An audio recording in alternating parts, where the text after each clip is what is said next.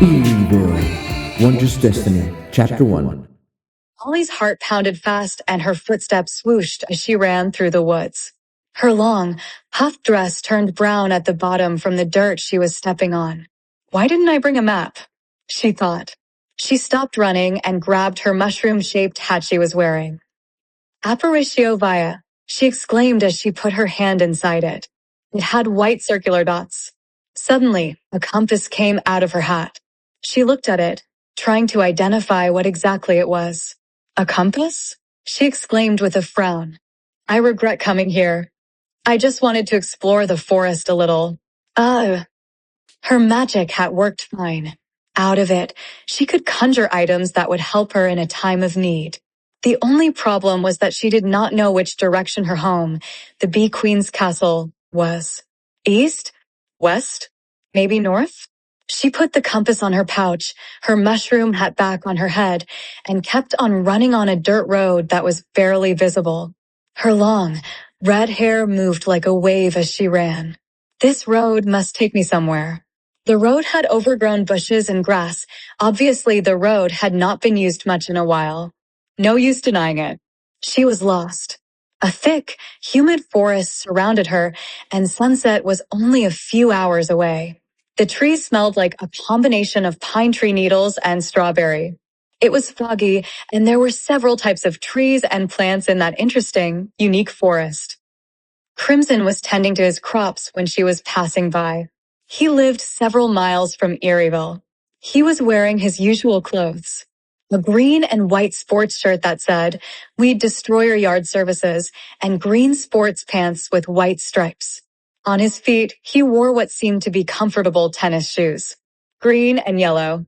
He also wore a green and white cap with the letters W and D. Excuse me, sir, where exactly am I? How do I go back to the valley? Crimson could not believe his eyes. How in good luck's name could the princess of his dreams come willingly into his very own home? Your Majesty? What are you doing in your servant's humble abode? He asked with a shaking voice. I am lost, sir. I need to go back to the castle soon. Queen Bee will be worried. I see, he stuttered. Well, it's a deep honor and privilege to witness you here, Your Majesty. I'll be glad to escort you back to your castle. Oh, is that a guitar you have there? Asked the princess as she pointed to an old guitar that was lying on the porch. It is, Your Majesty, he replied, then lowered his head, afraid of what she might ask next, which she did. Sing me a song. I haven't practiced in a while, Your Majesty, he stuttered. It's okay. I want to hear you play, she demanded. The princess was used to having her way most of the time. Sing to me while you take me to the castle. The pair walked merrily towards the castle, and Crimson sang many songs with his guitar. Crimson thought he was in a magical dream. He felt all those sparks inside him, and he could not believe yet that this very moment was happening. In his wildest thoughts, he fantasized many times of professing his love to her and proposing. Such happiness cannot be, he thought to himself as they both walked side by side. He saw Princess Molly for the first time at an equinox parade a while back. Spring. She was standing on a royal cart passing on the parade, waving at everyone, while everyone at the parade praised her. He was love-struck by her that very moment. He was standing within the multitude observing the parade. Time stopped for him. Only her and himself existed in his field of vision. He was mesmerized by her red hair that blended perfectly with her mushroom hat, by her wide blue eyes, by her smile, even by the way she moved. Suddenly, she glanced in his direction, and he was sure she had noticed him. She didn't. She was just waving in all directions towards everyone. She was certainly out of his league. He was just an ordinary farmer and craftsman. She herself was Princess Molly of Mushroom Valley. There was a sense of untamed, organic beauty to her. She didn't even wear makeup.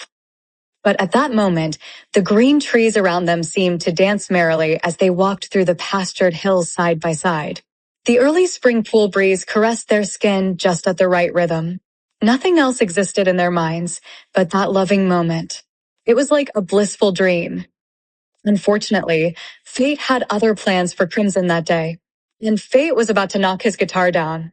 Lord Darkshadow, a very powerful sage who ruled Eerieville, had his scouts constantly patrolling the forest looking for potential blood victims. They saw Crimson and Princess Molly passing by at a distance. Singing, skipping, and all. Crimson had no idea of how dramatically his life was about to change. "Is that a royal girl?" asked one of the scouts to the other one with him. They were both dressed in black, wearing white masks. He was wearing a red bandana on his neck. "Look at her fine clothes. She must be royalty," the other one responded. "Let's get her then. Lord Darkshadow will be very happy when we take her." Lord Darkshadow was not a very good person. Some say he is not even a person, but instead, a zombie-like ghost trapped in a skeletonized cloak. Yikes! The scouts positioned themselves for the ambush. They hid themselves behind some trees on top of a hill. Crimson and Princess Molly walked merrily past them on a dirt road without noticing them. They had no idea of what was about to happen. The two soldiers looked at each other and nodded, signaling it was time to ambush them. They walked swiftly, hiding from tree to tree as they approached them.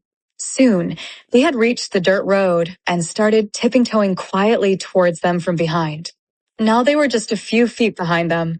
Crimson was then able to see their shadow on the ground dirt with the corner of his eye and immediately looked back and saw them. "Are these your friends, Princess?" he asked.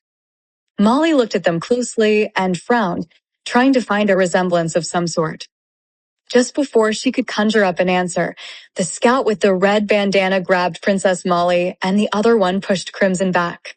Crimson attempted to break loose, but he was punched in the stomach and fell to the ground and was unable to breathe. "Quick, help me tie the girl," said the scout as he held Molly's hands behind her lower back. "Bring me the rope." The other scout left Crimson hurt, kneeling on the ground. "Here," he said as he reached the other scout. "Hold her. I'll tie her up." He then began taking a thick piece of brown rope from a bag he was carrying on his hip.